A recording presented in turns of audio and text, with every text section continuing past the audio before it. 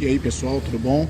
Sou Ralf Gomes e hoje estou aqui pegando um solzinho aqui na parte da tarde e gostaria de falar hoje aqui sobre a ausência de felicidade, né? A importância que todas as tradições orientais, que todos os grandes filósofos sempre deram, né? A ausência de felicidade, né?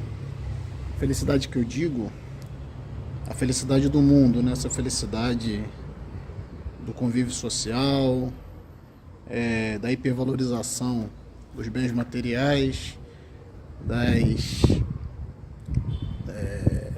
das alegrias do sexo, da socialização, essa coisa de se sentir feliz de estar com os amigos, de estar com a família, né? De estar participando de algum grupo ou de ter uma realização profissional,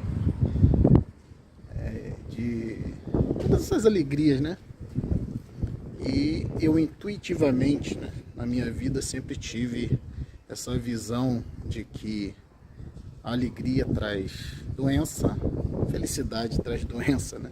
Felicidade traz depressão, no final das contas, felicidade traz sofrimento. E por incrível que pareça, né? Isso parece um pouco contraditório, né? Dizer que felicidade traz depressão, traz sofrimento, mas nós vemos que é uma realidade por conta da maioria dos seres humanos, né? Que se dizem felizes e que você observa muitos transtornos, muita infelicidade, né? Ali na vida mesmo pessoal do indivíduo, muita frustração, porque as pessoas estão sempre confiando nas pessoas e isso quase sempre leva à frustração, à traição, à desilusão, né? Como eu costumo dizer, só se desilude quem se ilude. Então, o indivíduo comum, no fundo, ele tem muitos problemas emocionais, apesar de se dizer feliz. E mesmo os que são felizes por essa felicidade temporária do mundo, acabam em algum momento sofrendo muito pela perda, né? Seja a perda de bens, seja a perda de pessoas. Então isso obviamente não são valores aos quais nós devamos nos prender.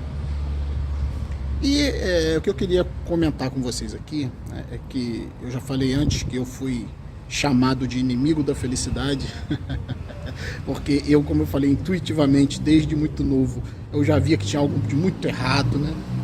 Esse conceito de felicidade mundana, esse conceito de felicidade sempre dependente de pessoas e de coisas. E aí, né, eu observei isso. E agora vem a comprovação através da própria ciência. Na neurologia, tem um neuropeptídeo chamado dopamina, que é extremamente importante nas nossas vidas, mas que em excesso causa problemas sérios, como tudo na vida, né? Então, estive vendo alguns vídeos aí de neurologistas, de especialistas em dopamina, e basicamente eles dizem o quê?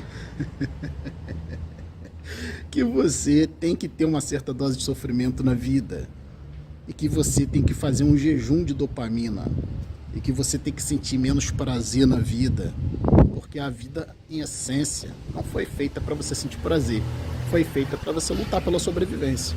Então, a dopamina, como eu falei, é um neuropeptídeo, né? É um neurotransmissor que, assim como outros, ele provoca reações no cérebro que desencadeiam respostas no organismo. Então, a dopamina ela tem a ver com não tanto com prazer, mas sim com estímulo, com motivação. Toda vez que você tem motivação para fazer algo, você vai ter uma descarga de dopamina. E as motivações mais elementares de qualquer animal são conseguir água, né? Conseguir alimento e se reproduzir e se defender. Buscar abrigo, né? Mas os básicos são água, comida e sexo, para garantir a espécie, né? Então é aí que entra a dopamina.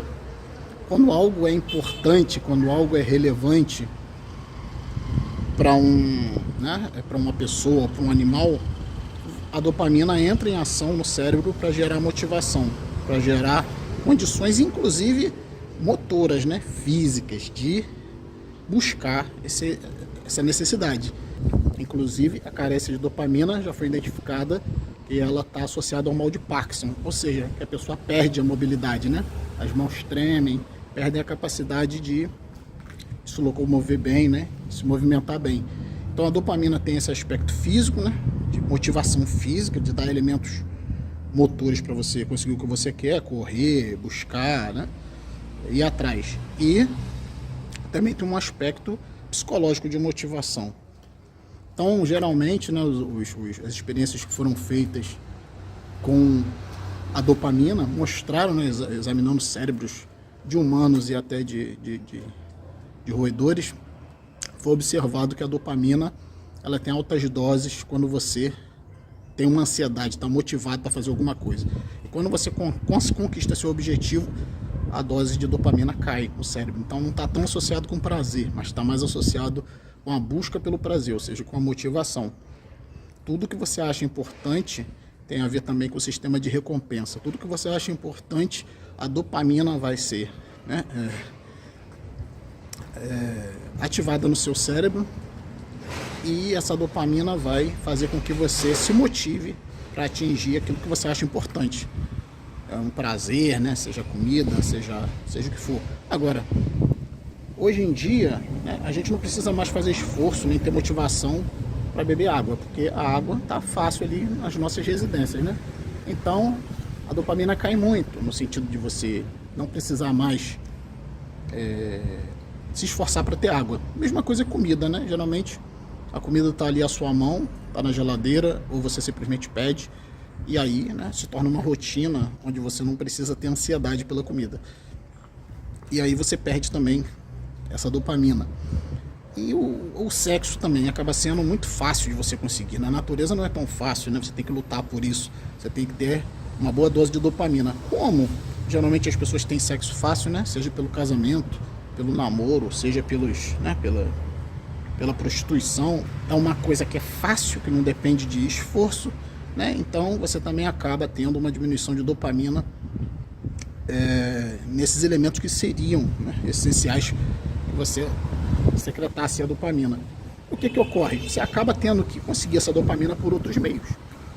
Além dessa dopamina diária, são pequenas doses, né, muito pequenas, chamadas doses basais, que você tem pequenas ansiedades durante o dia e você tem uma pequena dose de dopamina, você vai ter uma necessidade, pelo tédio mesmo, né, de não precisar se esforçar tanto, você vai ter que conseguir dopamina de outras formas. E aí você vai para onde, né? Você vai, como eu falei, como você já tem um sexo fácil, né, muitas das vezes você vai buscar um sexo diferente na pornografia. E a pornografia vai te trazer talvez um vício, né? Porque por causa do excesso de dopamina, toda vez que você pensa em fazer algo que vai te dar uma recompensa, né? Porque isso trabalha no sistema de recompensa do cérebro, você tem ali uma descarga de dopamina. Os jogos, os games também, né? Toda vez que você tá ali jogando, que você quer passar de fase, ou que você quer zerar o jogo, cada vez que você tem essa motivação do game, você vai ter descargas de dopamina. De descargas rápidas, porque você consegue isso relativamente rápido, né? Como na pornografia, como nos games, como eu falei, e também comidas mais extravagantes. Você vai ser motivado, por exemplo, a comprar uma pizza, né? Você vai ter que ligar, você vai ter que dar seu endereço, você vai ter que ir lá receber a pizza, né? Você vai ter que gastar dinheiro com isso. Tudo isso envolve dopamina, envolve motivação. E aí você acaba, né, usando vários subterfúgios para conseguir mais dopamina.